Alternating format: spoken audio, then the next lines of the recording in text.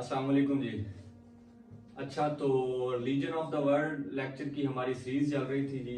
तो उसमें आज हमारा है जी लेक्चर नंबर 2, जिसमें हम आपसे जी क्रिश्चियनिटी के बारे में जी डिस्कस करेंगे जी, जो एक तरह से जी वर्ल्ड लार्जेस्ट रिलीजन है जी, बल्कि वर्ल्ड सेकंड लार्जेस्ट रिलीजन है जी।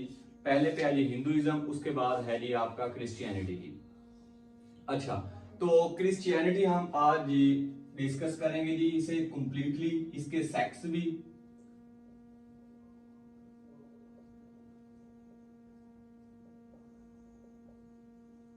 क्रिश्चियनिटी है जी हमारा।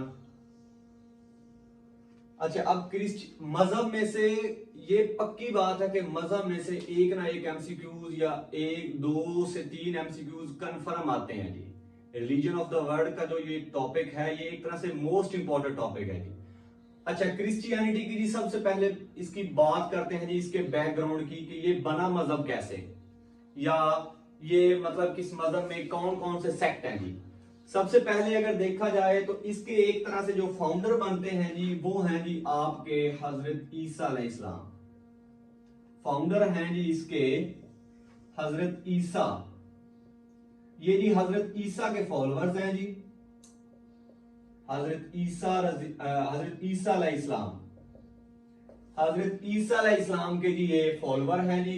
क्रिश्चियन जो हैं, जो अपना नबी या जिसे जी ये अल्लाह का बेटा कहते हैं जी, वो है जी हजरत ईसा अलैहिस्सलाम जी। अच्छा जी, अब देखते हैं कि इसकी बैकग्राउंड, ये जी क्रिश्चियन मजहब कैसे बना जी। अच्छा जी, आपको पता है कि हजरत ईसा अलैहिस्सलाम जी बिन बाप के पैदा हुए जी। ये जी दुनिया में जी दूसरे इंसान हैं जी जो बिन बाप के पैदा हुए। पहले हजरत आदम, उनके बाद जी हजरत ईसा अलैहिस्सलाम, जो कि जी बिन बाप के पैदा हुए हजरत मरियम के जी ये बेटे हैं जी। अच्छा, तो अब हजरत ईसा अलैहिस्सलाम जी जब पैदा हुए तो इन्होंने जी जो है माँ की गोद में ही बोलना स्टार्ट कर दिया जी। और मतलब कि सबसे पहले या सबसे फास्टेस्ट जो मतलब कि रिवीलेशन या नबूवत जिसे मिली है ना, वो है जी हजरत ईसा अलैहिस्सलाम। इन्हें जी तमाम अंबिया इकराम में जी सबसे पहले या सबसे कम एज में जो नबूवत मिली है, वो है जी हजरत ईसा अलैहिस्सलाम जी। अच्छा, उन इसके बाद जी इनके मायरेकल्स भी आए जी, जिनमें जी मुर्दों को जिंदा करना, उसके बाद जी लेप्रोसी का जी इनकी मतलब के लेप्रोसी का इलाज करना, जिसे जी कोढ़ का मर्ज कहते हैं, जो फोड़े वगैरह निकल आते थे जी आपके, इसका इलाज करना। अच्छा, उसके बाद जी ये मतलब कि अगर कोई अंधा इंसान होता हो तो उसकी आंखों पे जी ये मतलब के हाथ फेरते और उसकी आंखों की बिनाई जी वापस आ जाती जी। इस तरह इनके मायरेकल्स भी थे जी। अच्छा जी, अब जब मतलब कि ये सब कुछ हो गया तो इन्होंने ना जी नबूवत का ऐलान कर दिया। इन्होंने जी नबूवत का ऐलान कर दिया। जब इन्होंने नबूवत का ऐलान किया ना जी, तो उस वक्त होता क्या है कि जो उस वक्त वहां का गवर्नर था, ये पैदा हुए हैं जी पैलेस्टाइन में, बेथलेहम में, फलस्तीन में, फलस्तीन बैतुल्लाहम में ये पैदा हुए हैं जी। बैतुल्लाहम, फलस्तीन में जी एक जगह है जी बैतुल्लाहम, जिसे इंग्लिश में कहते हैं जी बेथलेहम। ये जी वहां पे ये हजरत ईसा अलैहिस्सलाम जी पैदा हुए जी। अच्छा जी, ये फलस्तीन की बात कर रहे हैं जी अब हम। अच्छा जी, तो उस वक्त जब इन्होंने नबूवत का ऐलान किया तो उस वक्त जो गवर्नर था यहाँ का, रोमन एम्पायर का जो गवर्नर था जी, वो था जी पोंटियस पॉलिटस। जो गवर्नर था जी, वो था जी पोंटियस, पोंटियस पॉलिटस।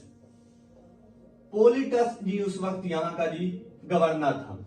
जब इस तक ये बात पहुंची तो इसने क्या किया, हजरत ईसा अलैहिस्सलाम को जी नाउजुबिल्लाह जी फांसी की सजा दे दी जी। इसने जूरिफिकेशन, इसने जी फांसी की सजा सुना दी जी, सेंटेंस्ड जूरिफिकेशन, सेंटेंस्ड जूरिफिकेशन जी। इसने जी हजरत ईसा अलैहिस्सलाम को जी फांसी की सजा सुना दी जी, फांसी की सजा सुना दी। ये एक तरह से ये जो इनमें उस वक्त जो सजा दी जाती थी वो इस तरह था कि ये इनका एक तरह से ये एक तरह का लकड़ी का ये जी फट्टा सा बना होता था जी, और यहाँ पे जी ये बंदे को लटका कर जी उसके जो मतलब के पांव वगैरह इसके साथ बांध देते थे और जो हाथ होते थे वो इनके साथ बांध देते थे। इन पे बांध के जी फिर इसको ना जी सजा दी जाती थी। मतलब कि जो वहां के लोग होते थे उन्हें कहा जाता था कि इन पे जी जो लोग अगर कोई बंदा गलत काम करता था वो कहते जी कि इसे जी मतलब कि एक तरह से वो मतलब कि रोड़ों से मार देते थे जी, वो पत्थर बरसाते थे बंदे पे जी और बंदा मर जाता था। ऐसे ही जी इन्होंने मतलब कि हजरत ईसा अलैहिस्सलाम को सजा देने का जी ऐलान कर दिया जी। अच्छा, जो हजरत ईसा अलैहिस्सलाम के हवारी थे ना जी, वो थे जी उस वक्त टोटल 12।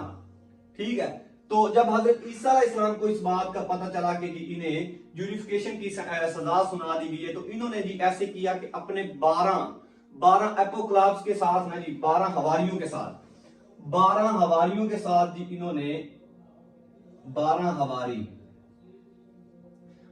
हवारी के साथ जी हजरत ईसा अलैहिस्सलाम जी किसी जगह पे चले गए, किसी और जगह पे चले गए। जब किसी और जगह पे चले गए तो ये क्या जी एक दफा जी खाना खा रहे थे, ये खाना खा रहे थे। तो हुआ ऐसे कि इनमें से ना जी एक बंदा गद्दार था जी, इनमें से एक बंदा गद्दार था जी। वो कौन था जी गद्दार? वो था जी जुडेस इस्कैरियोट। ये बंदा जी इनका गद्दार था जी।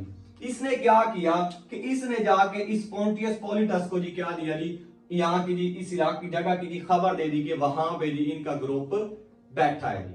तो क्या हुआ जी, रोमन्स गवर्नर के जी सिपाही आए और हजरत ईसा अलैहिस्सलाम को और इनके हवारियों को यहां से पकड़ कर ले गए जी। अच्छा जी, जब पकड़ कर ले गए तो इन्हें जी क्या हुआ था, इन्हें जी फांसी की सजा देनी थी। तो फिर उस वक्त क्या था कि अल्लाह को कुछ और ही मंजूर था।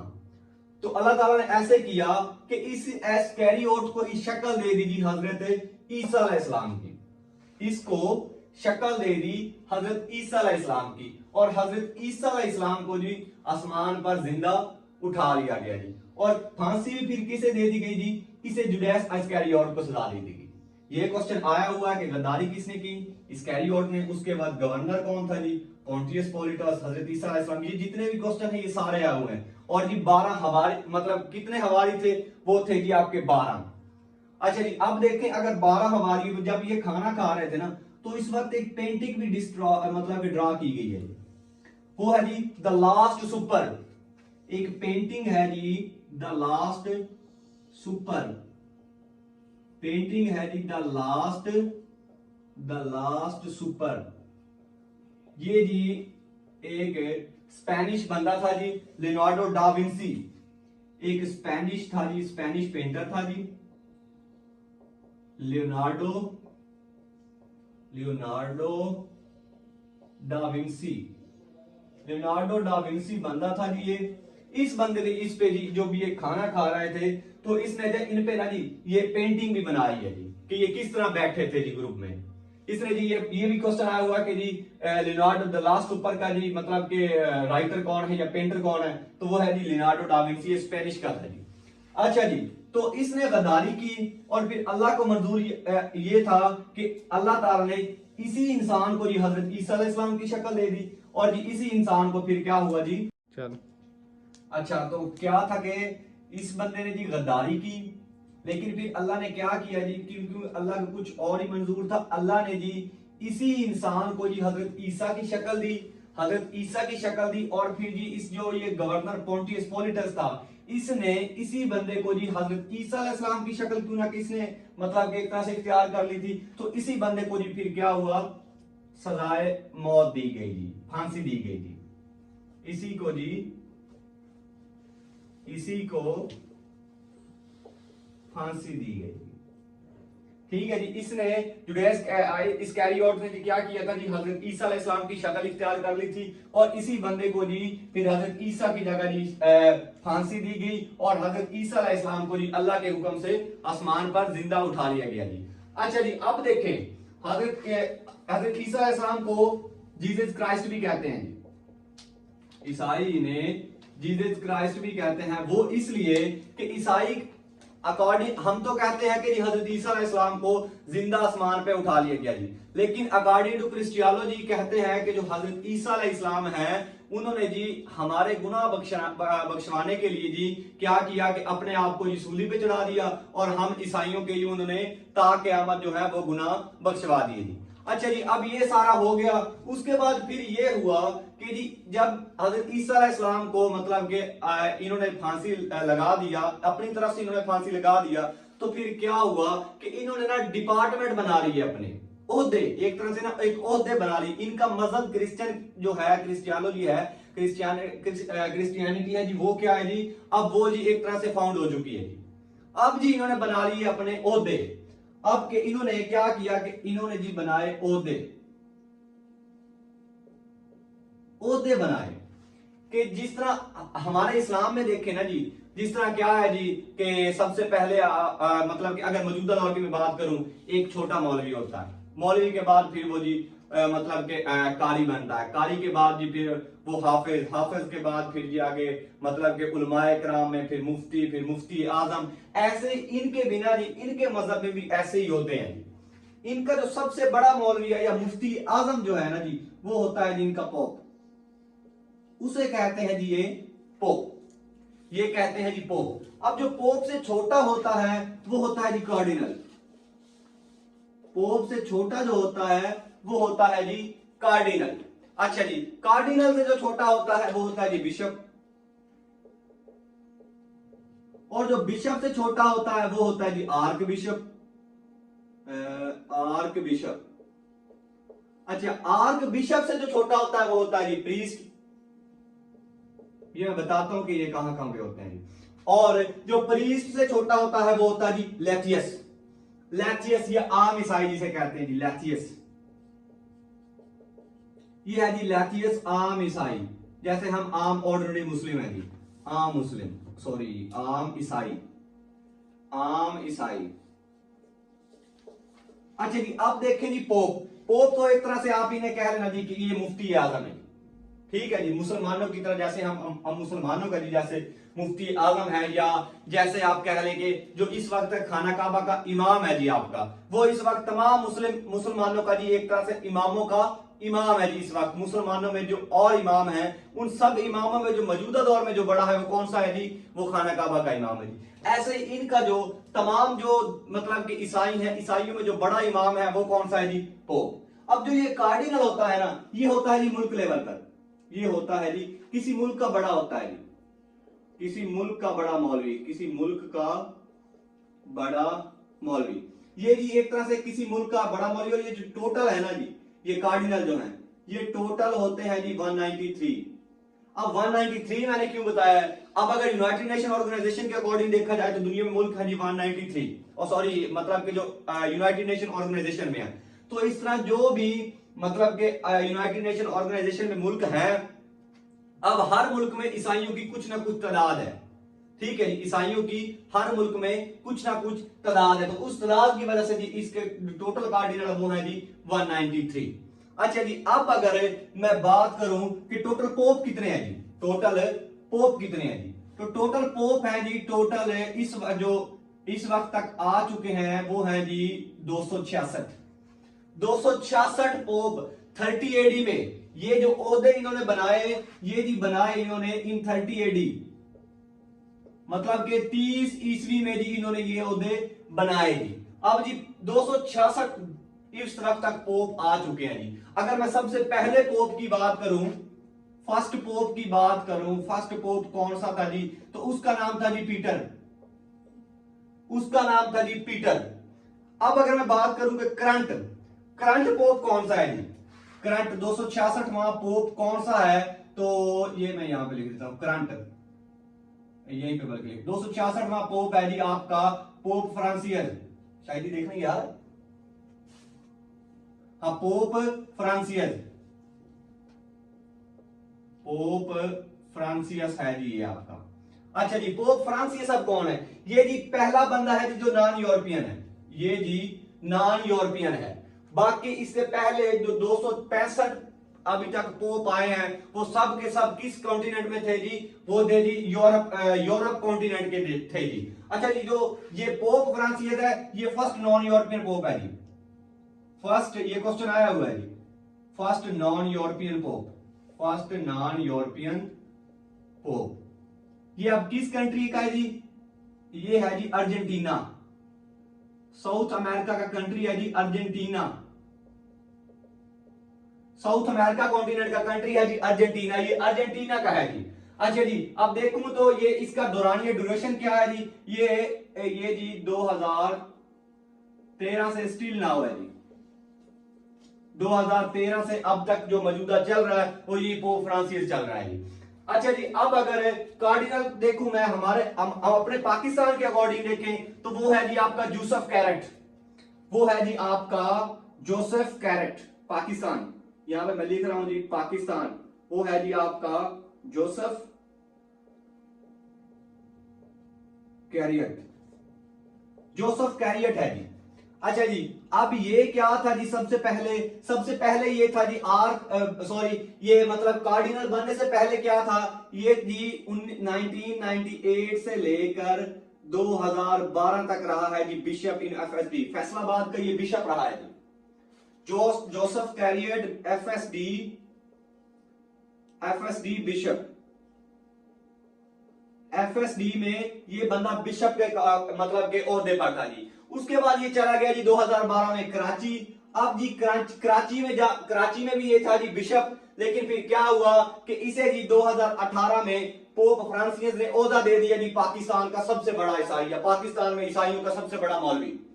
पोप कार्डिनल ने जिसे मतलब के पोप फ्रांसिस इसे जी बना दिया 2018 में बिकम। ये क्या होगा जी? ये 2018 में ये बन गया जी कार्डिनल, बिकम कार्डिनल। 2018 में बन गया जी ये कार्डिनल। तो जी अच्छा जी, तो ये था जी ऐसे जी ईसाइयों के हमने ओहदे जी मतलब के सारे करने हैं जी। अच्छा, इसके बाद देखा जाए पोप की बात करूं, रिप्रेजेंट किया है वो कौन है जी? ये आपका फर्स्ट पोप पीटर ने जी ईसाइयों को सबसे पहले रिप्रेजेंट किया है जी इंटरनेशनल लेवल पे जी। अच्छा जी, अब ये इनका चर्च कहां पे है? या इनका जैसे हमारा खाना काबा है सऊदी अरब में है, मतलब कि तमाम मुसलमानों का, इसी तरह जो इनका सबसे बड़ा हेड है वो कहां पे है जी? अच्छा जी, तो वो है जी इनका मतलब के यहां पे मैं लिख देता हूं एक तरह से हेडक्वार्टर ही कह लें जी, हेडक्वार्टर नहीं सही तो मतलब के इनका बड़ा चर्च कह लें जी, चर्च, लार्जेस्ट चर्च जो इनका बड़ा चर्च है वो कहां पे है जी? वो है जी इनका वेटिकन सिटी में जी। वेटिकन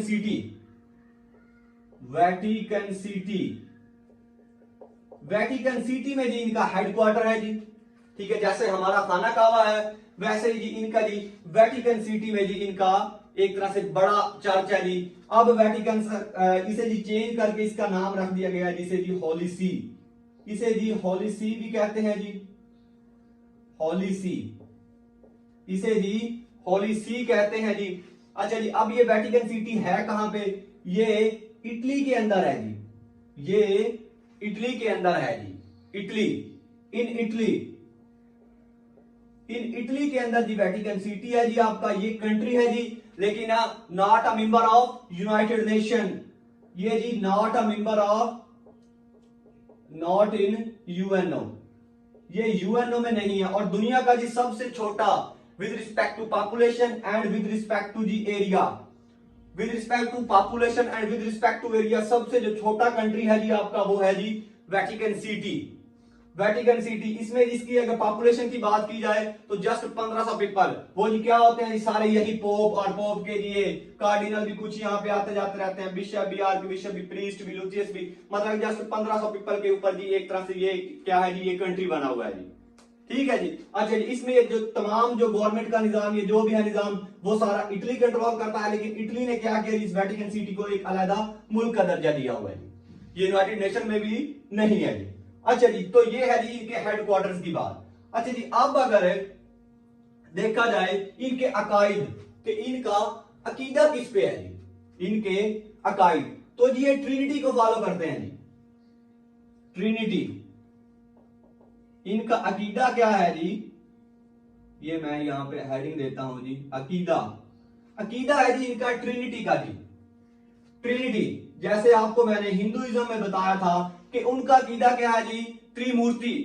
त्रिमूर्ति शिवा, और उसके बाद जी वो विष्णु, उसके बाद जी ब्रह्मा। ऐसे ही जो इनका अकीदा है जी वो है जी ट्रिनिटी। अब ट्रिनिटी क्या है जी?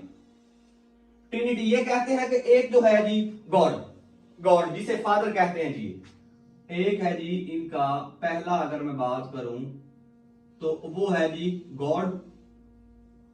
गॉड क्या है जी? इनका एक तरह से फादर है जी, इनकी नेशन का जी फादर है जी। उसके बाद है जी फादर का, अब फादर होगा तो इसका कोई सन भी होगा, तो वो है जी जीसस क्राइस्ट या हजरत ईसा। जीसस क्राइस्ट इसे कहते हैं जी, जीसस क्राइस्ट ये है जी तौबा नाउज़ुबिल्लाह अल्लाह का बेटा जी। अच्छा, उसके बाद है जी हजरत जिब्राइल या गैब्रियल इसे कहते हैं जी, ये है जी सेकंड। उसके बाद है जी गैब्रियल, गैब्रियल, हजरत जिब्राइल, हजरत जिब्राइल। तो ये है जी इनके, इनका है जी अकीदा, इनका है जी अकीदा, ये इनका अकीदा है जी। ट्रिनिटी को जी ये मतलब के फॉलो करते हैं जी, ट्रिनिटी को मानते हैं कि जी गॉड, उसके बाद उसका सन हजरत ईसा अलैहिस्सलाम, उसके बाद ही हजरत जिब्राइल। ये है जी इनका अकीदा। अब देखते हैं, ये तो हो गया जिसकी बैकग्राउंड स्टोरी भी हो गई। अब ये मजहब क्या है जी? अब ये सॉरी ये मतलब कि पोप पीटर जो बना कब था जी? इन 30 एडी में, 30 एडी में जी ये बना था जी सबसे पहले। अच्छा जी, इसका बैकग्राउंड भी हो गया। इसके बाद जी हमने इसको मजहब को भी हमने ये सारा पढ़ लिया कि कार्डिनल क्या है, बिशप, बिशप क्या है, आर्क बिशप क्या है, प्रीस्ट क्या है, लेथिस क्या है। उसके बाद इनका हेडक्वार्टर एक तरह से या बड़ा चर्च इनका कहां पे है जी? वेटिकन सिटी में। और मतलब इनकी बुक के बारे में पढ़ लिया। तो अब देखते हैं कि इनके सेक्ट्स, जैसे हमारे मुसलमानों में जी सुन्नी, शिया, देवबंद, बरेलवी, उसके बाद अहले हदीस, जिस तरह हमारे मुस्लिम मतलब के सेक्ट्स है ना, इसी तरह क्रिश्चियन सेक्ट भी हैं। वो अब देखते हैं जी कि क्रिश्चियन सेक्ट कैसे बने, कौन कौन से हैं, तो वो सारे अब इंशाल्लाह जी हम देखते हैं जी। क्रिश्चियन सेक्ट, क्रिश्चियन सेक्ट कैसे बने जी? तो ये भी अगर मैं रिवाइज करूं तो जी क्या हुआ कि हजरत ईसा अलैहिस्सलाम को इन्होंने जी अपनी तरफ से फांसी के बाद क्या कर दिया कि जी इन्होंने ओहदे बना लिए। ईसाई मजहब में जी इन्होंने ओहदे बना लिए। सबसे बड़ा ओहदा आ गया जी आपका पोप, पोप के बाद जी बन गया जी कार्डिनल, कार्डिनल के बाद बिशप, बिशप के बाद जी आर्क बिशप, और आर्क बिशप के बाद जी प्रीस्ट, प्रीस्ट के बाद जी बन गया जी इनका लेथियस, जो जर्नल ईसाई है जी, आम ईसाई है। तो इनका हेडक्वार्टर है जी वेटिकन सिटी। वेटिकन सिटी कहां पे है जी? रोम में है, जिसे होली सी आजकल कहते हैं जी। अच्छा, तो उसके बाद इनके आ गए कि ये फॉलोअर, इनका अकीदा क्या है? तो इनका अकीदा है जी ट्रिनिटी। ट्रिनिटी से मुराद है जी पहला है जी गॉड, जिसे ये फादर कहते हैं। उसके बाद है जी सन हजरत ईसा अलैहिस्सलाम, ठीक है, जीसस क्राइस्ट। उसके बाद है जी गैब्रियल, हजरत जिब्राइल अलैहिस्सलाम। अच्छा, तो अब बात करते हैं जी क्रिश्चियन सेक्ट की। क्रिश्चियन सेक्ट, क्रिश्चियन सेक्ट्स के जी इनके जो ये फिरके बने हैं ना जी, फिरके, इनके फिरके कैसे बने हैं? इनके फिरके कैसे बने हैं? अच्छा जी, अब इसका ही मैं आपको ना एक बैकग्राउंड बताता हूं जी। सबसे पहले बनी जी रोमन एम्पायर, जो कि 753 बीसी में बनी, हजरत ईसा अलैहिस्सलाम से 753 साल पहले बनी जी। अच्छा जी, फिर क्या हुआ कि उसी रोमन एम्पायर में से जी क्या हुआ, पोंटियस पॉलिटस जो गवर्नर था रोमन का जी, उसने क्या किया जी, हजरत ईसा अलैहिस्सलाम को जी फांसी की सजा सुना दी। अच्छा जी, उसके बाद क्या हुआ कि इन्होंने जी ईसाइयत मजहब को अपनाना शुरू कर दिया जी। ईसाइयत मजहब इन्होंने जी वेटिकन सिटी में जी क्या बना लिया जी, अपना हेड बना लिया जी। अच्छा, उसके बाद ये अब डिवाइडेशन क्या हुआ, रोमन एम्पायर जी आपकी डिवाइड हुई है जी 395 एडी में जी। क्या हुआ कि 395 एडी में रोमन एम्पायर जो थी, वो जो कि 753 में बनी थी, वो दो पार्ट्स में डिवाइड हो गई जी। 395 एडी में, 395 एडी में रोमन एम्पायर डिवाइड हुई जी। रोमन एम्पायर डिवाइड हुई जी, आपकी दो हिस्सों में डिवाइड हो गई, डिवाइड। अच्छा जी, अब वो दो हिस्से कौन कौन से जी? एक को कह दिया कि जी ईस्टर्न रोमन एम्पायर, ईस्टर्न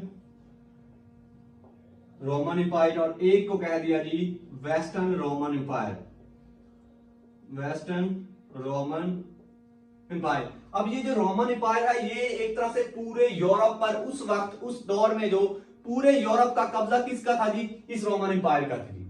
पूरे यूरोप को जो इस वक्त जी ऑलमोस्ट आपके 43-44 कंट्रीज बन रहे हैं जी, जिसमें उस पूरे कॉन्टिनेंट पे हुकूमत किसकी थी जी, इस रोमन एम्पायर की। ये हमारा अलग से टॉपिक है जी, एम्पायर ऑफ द वर्ल्ड, जिसमें हम आपको बताएंगे कि ये कैसे बनाई, कौन इसका फाउंडर है, कैसे करके इसकी सारी जो मतलब कि इसमें तब्दीलियां आई हैं, जो जो हुआ वो सारा इसमें उसमें हम डिस्कस करेंगे जी। अच्छा, ईस्टर्न एम्पायर ये 395 एडी का ये दौर है जी, जब ये ईस्टर्न एम्पायर क्या हुआ जी, ये ब्रेक हुई। अब क्या हुआ कि जो ये ईस्टर्न एम्पायर है ना जी, ये आपकी आ गई टर्की वाली साइड पे, ये आ गई आपकी टर्की वाली साइड पे, इस्तांबुल वाली साइड पे, टर्की वाली साइड पे आ गई। और जो आपकी ये वेस्टर्न एम्पायर है ये क्या है जी, ये वही रह गई जी, इटली में रह गई जी। और मतलब कि जो यूरोप वाला एरिया था, ऊपर जो यूरोप का एरिया था, उस यूरोप में ये आपकी जी वेस्टर्न एम्पायर रह गई। अच्छा, क्या हुआ कि अब इनका जब ये ब्रेक हुई ना, उस वक्त जो इनका हेड था ना, हेड इनका वही था वेटिकन सिटी। हेड इन्होंने अपना उस वक्त अपना वही बना के रखा था, वेटिकन सिटी। लेकिन फिर क्या हुआ कि 476 एडी में ना जी, 476 एडी में एक बंदा आता है जी, कॉन्स्टेंटाइन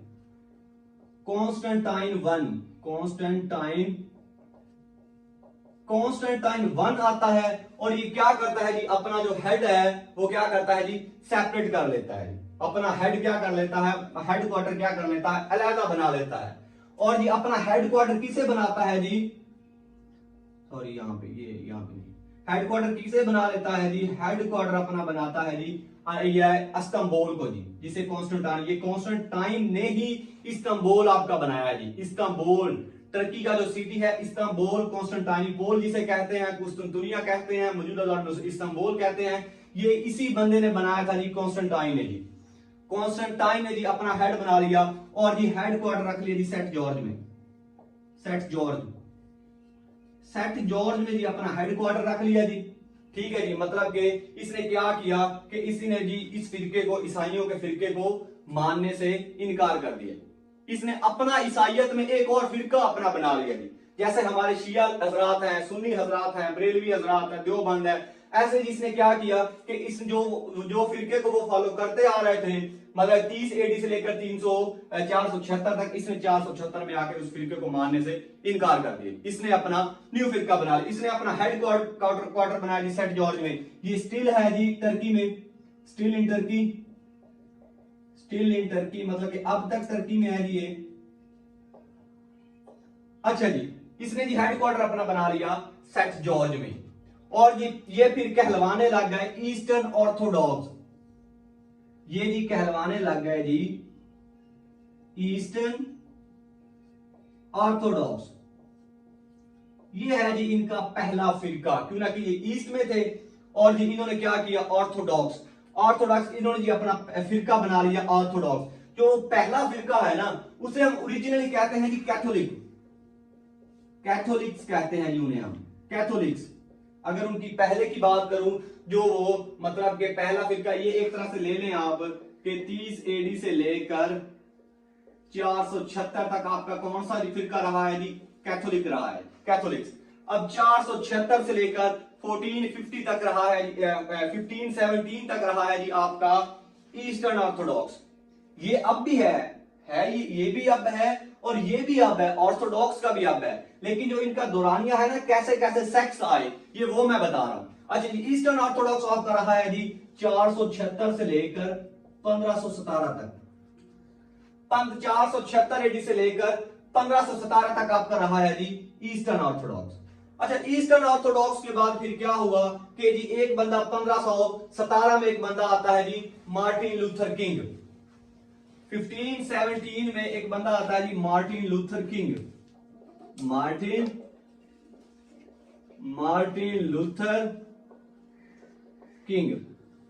मार्टिन लूथर किंग आता है जी। और ये क्या करता है जी, ये इसे भी मानने से इनकार कर देता है। ये क्या करता है कि ईस्टर्न ऑर्थोडॉक्स को भी मानने से इनकार कर देता है। और जी ये क्या कर, ये बिलोंग्स किसके करता था, बिलोंग्स टू जर्मनी।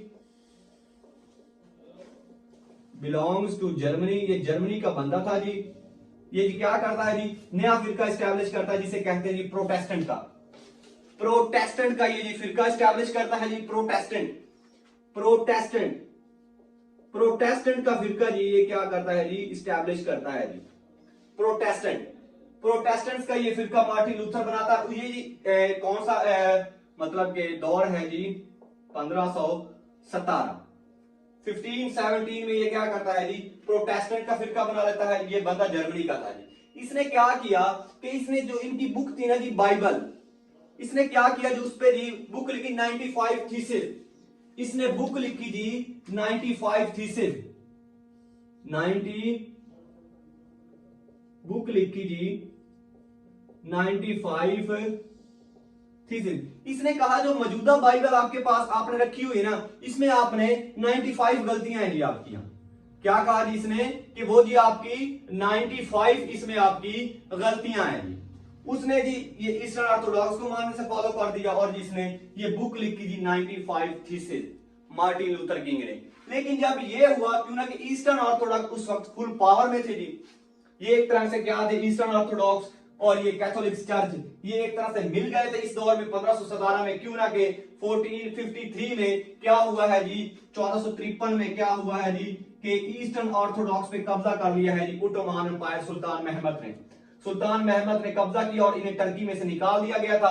और जी सुल्तान मोहम्मद ने इन्हें ऑफर की थी कि अगर आप यहां रहना चाहें तो यहां रहें, अगर आप वापस अपनी कंट्री में अपने ईसाइयों की जगह में जाना चाहते हैं तो आप जा सकते हैं। तो जी ईसाइयों ने क्या किया कि हम वापस जाना चाहते हैं, तो ये वापस चले गए जी वेटिकन सिटी। जहां वहां पे गए तो ये जी मिक्स हो गए, एक तरह से ये मिक्स होकर रहने लग गए। तो फिर उस दौर में जी मार्टिन लूथर किंग ने ये 95 गलतियां निकाली। तो फिर क्या हुआ कि इन दोनों ने मिलकर जी इन जो ये प्रोटेस्टेंट का फिरका था इस पे जी क्या किया, जुल्म करना स्टार्ट कर दिया। ये जी आपका फिरका है, अच्छा इस पे जी जुल्म करना स्टार्ट कर दिया। तो फिर क्या किया मार्टिन लूथर किंग ने जी इस मतलब कि इस कॉन्टिनेंट में से निकलने का फैसला कर दिया। आपको पता है 1492 में जी अमेरिका डिस्कवर हो चुका था जी। अमेरिका डिस्कवर होगा तो इन लोगों ने क्या किया जी, अमेरिका जाना स्टार्ट कर दिया। इन्होंने क्या हुआ कि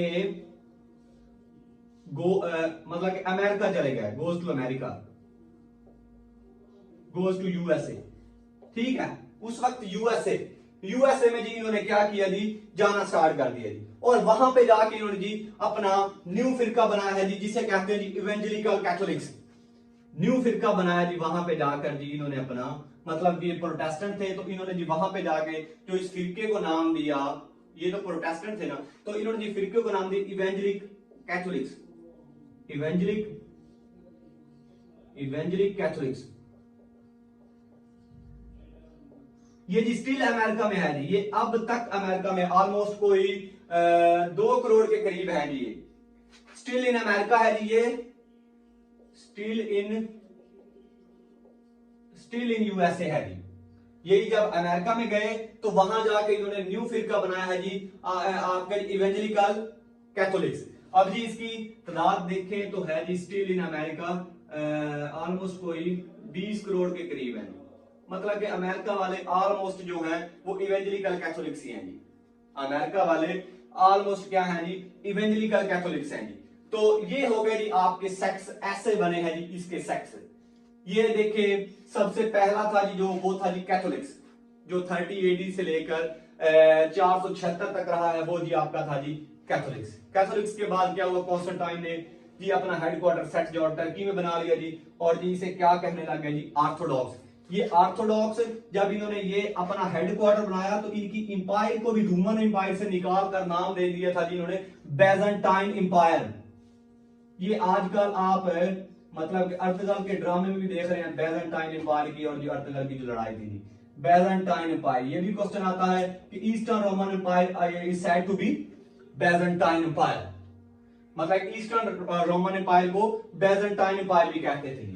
अच्छा जी, क्यों ना कि जब इन्होंने अपना हेडक्वार्टर अलग कर लिया तो इन्होंने इसे रोम का नाम देना अच्छा नहीं समझा, इन्होंने जी इसे अलग नाम दे दिया जी बैजेंटाइन एम्पायर। अच्छा, तो ये जी 476 से लेकर 1517 तक रहा है जी आपका ईस्टर्न ऑर्थोडॉक्स। और 1517 में एक न्यू बंदा आता है जी मार्टिन लूथर किंग।